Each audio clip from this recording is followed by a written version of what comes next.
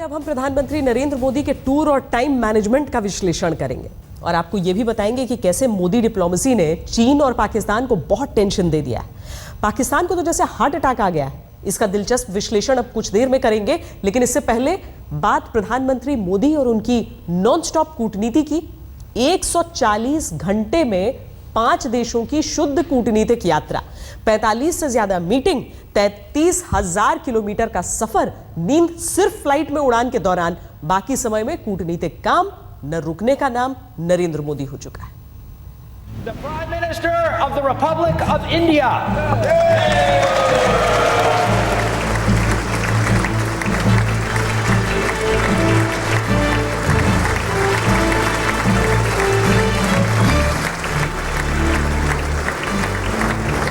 करीब 4 मिनट तक तालियों की गड़गड़ाहट के साथ एंट्री,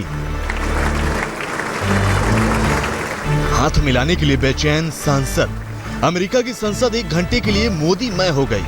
भारत की ताकत बताने से लेकर अमेरिका की तारीफ तक।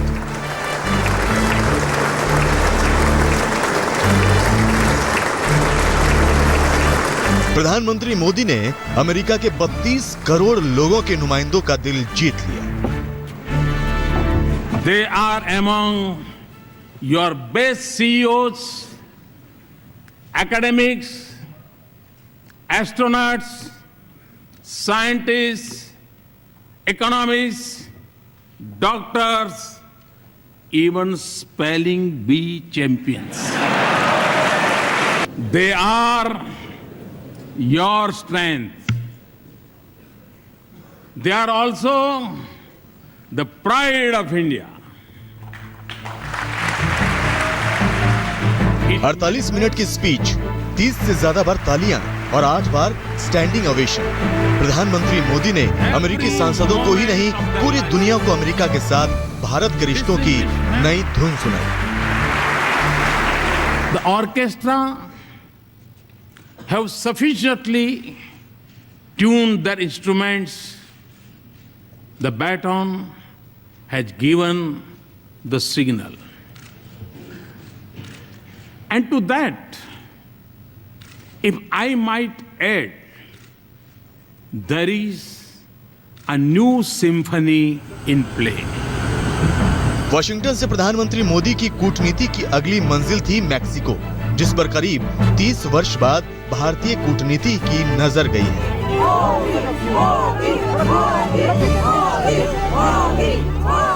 द्विपक्षीय बातचीत के लिए 1986 में यहाँ तत्कालीन प्रधानमंत्री राजीव गांधी आए थे।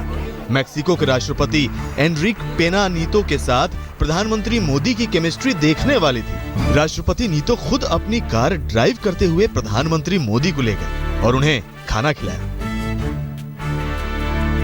पीएम मोदी की मैक्सिको यात्रा का एक बड़ा मकसद भी था। वो मकसद था एनएसजी में भारत की एंट्री, जिसके लिए एक वक्त पर मैक्सिको विरोध करने वाले देशों के गुट में शामिल था। लेकिन एनएसजी के सदस्य देश मैक्सिको ने भारत की सदस्यता का अब खुलकर समर्थन कर दिया है। I thank President Peña Nieto for his positive and constructive support for India's membership of the Nuclear Suppliers Group. Afghanistan से कतर, कतर से स्विट्जरलैंड, स्विट्जरलैंड से अमेरिका, अमेरिका से मैक्सिको। ना रुकने का दूसरा नाम नरेंद्र मोदी हो चुका है। 140 घंटे में 5 देशों का शुद्ध कूटनीतिक टूर कर लेना आसान नहीं है, वो भी ऐसा टूर जिसमें एनएसजी में एंट्री को लेकर बहुत बड़ा दांव लगा हो। प्रधानमंत्री मोदी 4 जून को सुबह 9:45 पर दिल्ली से अफगानिस्तान के लिए रवाना हुए।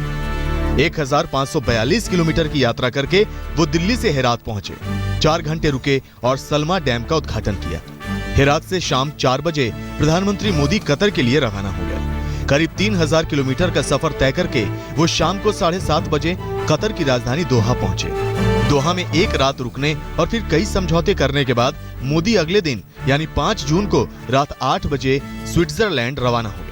दोहा से करीब 6000 किलोमीटर का सफर करके पीएम मोदी 6 जून की सुबह 3 बजे जिनेवा पहुंचे। जिनेवा से दोपहर 3 बजे वो 6500 किलोमीटर दूर वॉशिंगटन सोमवार की सुबह पहुंचे। वॉशिंगटन में 48 घंटे रहने के बाद पीएम मोदी मैक्सिको के लिए रवाना हो गए। 140 घंटे के लंबे टूर में प्रधानमंत्री नरेंद्र मोदी ने 45 से ज्यादा कूटनीतिक और बिजनेस मीटिंग्स की। करीब 44 घंटे तो प्रधानमंत्री ने फ्लाइट में बिताए। प्रधानमंत्री का टूर और टाइम मैनेजमेंट ऐसा है कि ज्यादातर फ्लाइट रात के वक्त होती हैं और फ्लाइट में ही प्रधानमंत्री मोदी अपनी नींद को पूरी कर लेते हैं, जिससे कूटनीतिक मामले में वो ज्यादा समय दे सके। आज तक ब्यूरो। अमेरिकी संसद में प्रधानमंत्री नरेंद्र मोदी के संबोधन की तारीफ आरएसएस ने की है। राष्ट्रीय स्वयंसेवक संघ के सरसंघचालक मोहन भागवत ने आज नागपुर में मोदी की सराहना की।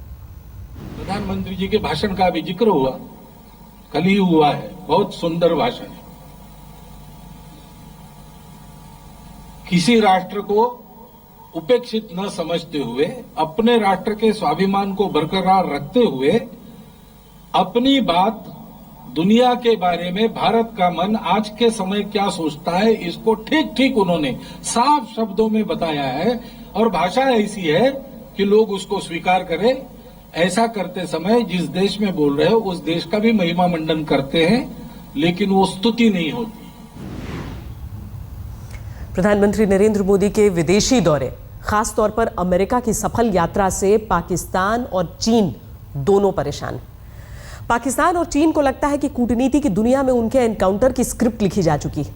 चीन को लगता है कि भारत ये सब चीन को दायरे में रखने के लिए कर रहा है। चीन के प्रमुख सरकारी अखबार ग्लोबल टाइम्स ने लिखा है कि चीन को रोकने का भारत का सपना कभी पूरा नहीं होगा। ग्लोबल टाइम्स ने लिखा है कि नरेंद्र मोदी का अमेरिका जाने का मकसद साफ है कि वो भारत को एक पावर हाउस बनाना चाहते हैं। अमेरिका के साथ मिलिट्री समझौता और अमेरिका की मदद से एनएसजी का सदस्य बनकर भारत न्यूक्लियर पावर हाउस का स्टेटस पाना चाहता है। भारत की महत्वाकांक्षा है कि वो दुनिया का पावरफुल देश बने, लेकिन उसे सभी पावरफुल देशों से रिश्तों में बैलेंस भी बनाना चाहिए। यह सच है कि चीन से कई क्षेत्र में भारत की होड़ है, लेकिन भारत को मानना होगा कि चीन को पीटकर या उसे रोककर भारत अपना सपना पूरा नहीं कर सकता। मोदी ओबामा की दोस्ती ने वॉशिंगटन से चीन के लिए बुरे दिनों वाला सिग्नल भेज दिया है। हालांकि चीन ज्यादा उबलने की जगह पर फिलहाल वेट एंड वॉच की स्थिति में है, लेकिन चीन के चेकपोस्ट पाकिस्तान को चैन नहीं है। भारत अमेरिका की दोस्ती के खिलते फूल उसे कांटों की तरह चुभ रहे हैं। पाकिस्तान के अखबार डॉन ने आज अपने संपादकीय में लिखा है कि अमेरिका जिस तरह से भारत को एनएसजी की सदस्यता दिलाने के लिए जोर लगा रहा है, उससे दक्षिण एशिया में रणनीतिक और नाभिकीय स्थिरता को लेकर गंभीर नतीजे हो सकते हैं। इसीलिए भारत और पाकिस्तान दोनों के एनएसजी में एप्लीकेशन को बराबरी से देखा जाना चाहिए। लेकिन अमेरिका ने साफ कर दिया है कि उसकी दिलचस्पी सिर्फ भारत की सदस्यता में है और उसने इस बात की अनदेखी कर दी है कि इस भेदभाव का पाकिस्तान पर क्या असर पड़ेगा। पाकिस्तान के ही एक दूसरे अखबार दी एक्सप्रेस ट्रिब्यून ने लिखा है कि चीन के पास एनएसजी में भारत के खिलाफ वीटो करने का विकल्प है, लेकिन वो भी उस एशिया प्रशांत में भारत की भूमिका को लेकर सोच रहा होगा जो पिछले कई वर्षों से अमेरिकी विदेश नीति का मुख्य फोकस बन चुका है। अमेरिका के लिए भारत बड़ा बाजार है। वो nuclear power station, missile technology और खास तौर पर प्रेडेटर ड्रोन भारत को देने जा रहा है, जिस हथियार का भारत बड़ा इंतजार कर रहा है। एनएसजी में भारत ने स्विट्जरलैंड जैसे कई और देशों का समर्थन जुटा लिया है। अगर पाकिस्तान को कभी फुल टाइम विदेश मंत्री की जरूरत है तो वो जरूरत इस वक्त है, जो इस कपटपूर्ण कूटनीतिक खेल से निपटता, लेकिन दुख की बात यह है कि वो ऐसा कर नहीं सके। प्रधानमंत्री मोदी के 5 देश के दौरे से पाकिस्तान को अपने कूटनीतिक एनकाउंटर का डर लग रहा है। पाकिस्तान के मीडिया और एक्सपर्ट पाकिस्तान सरकार की सुस्ती की खिंचाई कर रहे हैं। भारत की कूटनीति से सदमे में आए पाकिस्तान ने अब कई देशों को फोन घुमाना शुरू कर दिया है।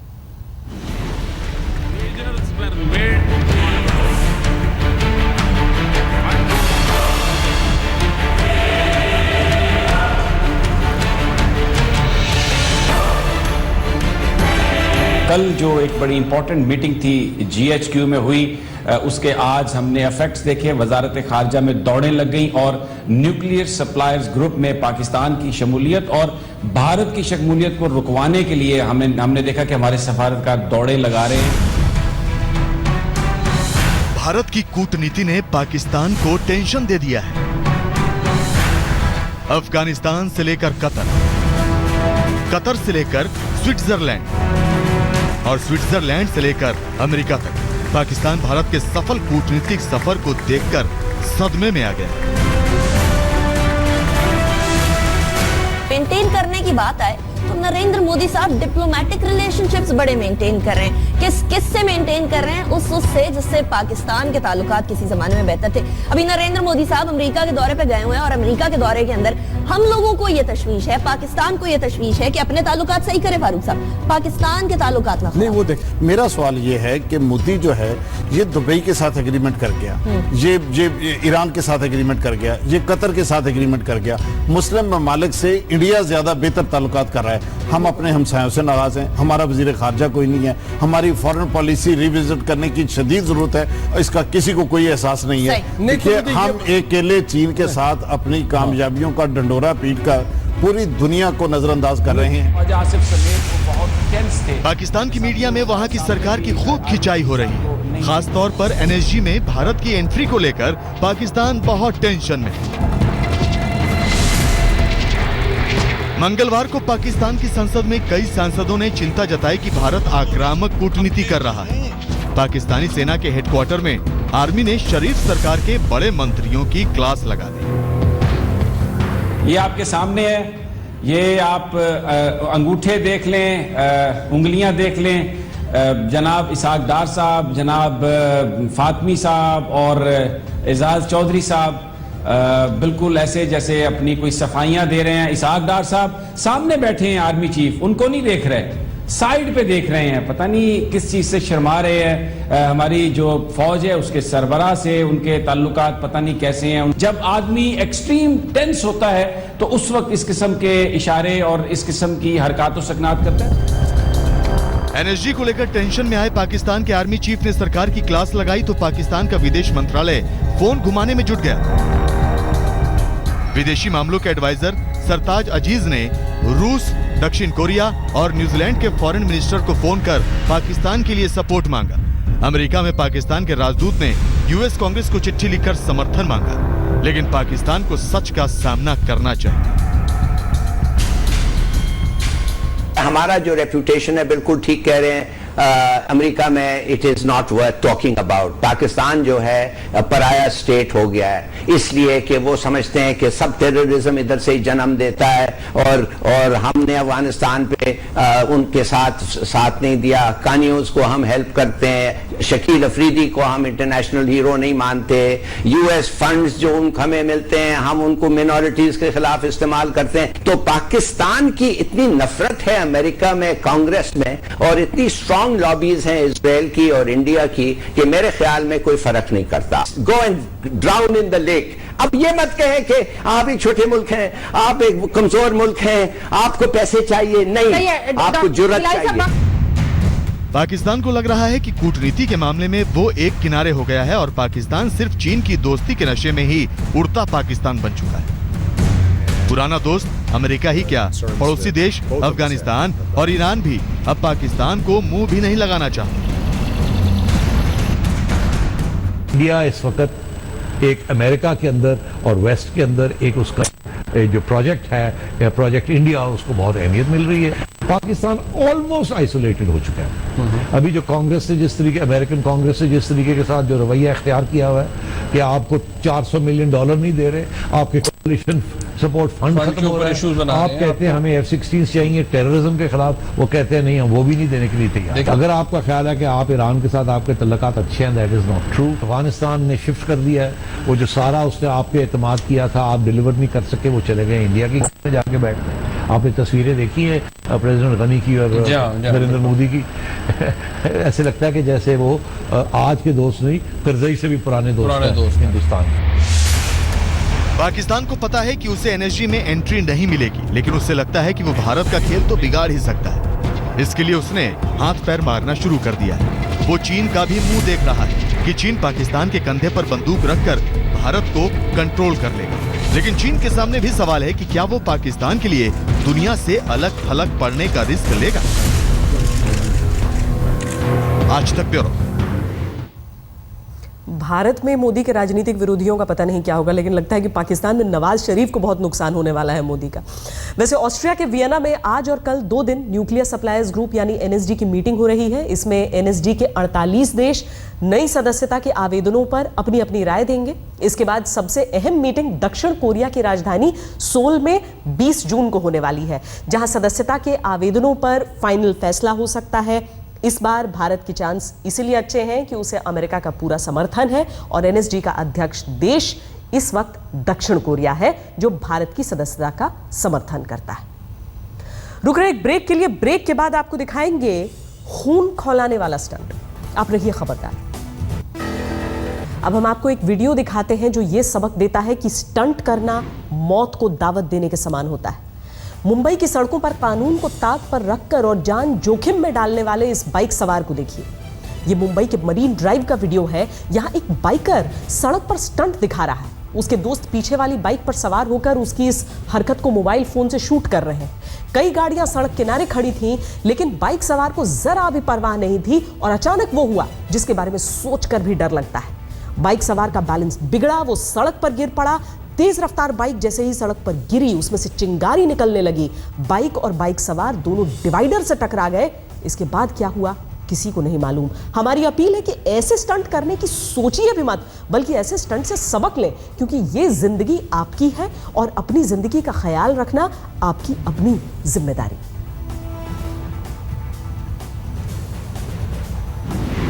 तो ऐसे स्टंट्स से रहिए खबरदार। आज के लिए इतना ही। देश और दुनिया की बाकी खबरों के लिए आप देखते रहिए आज तक।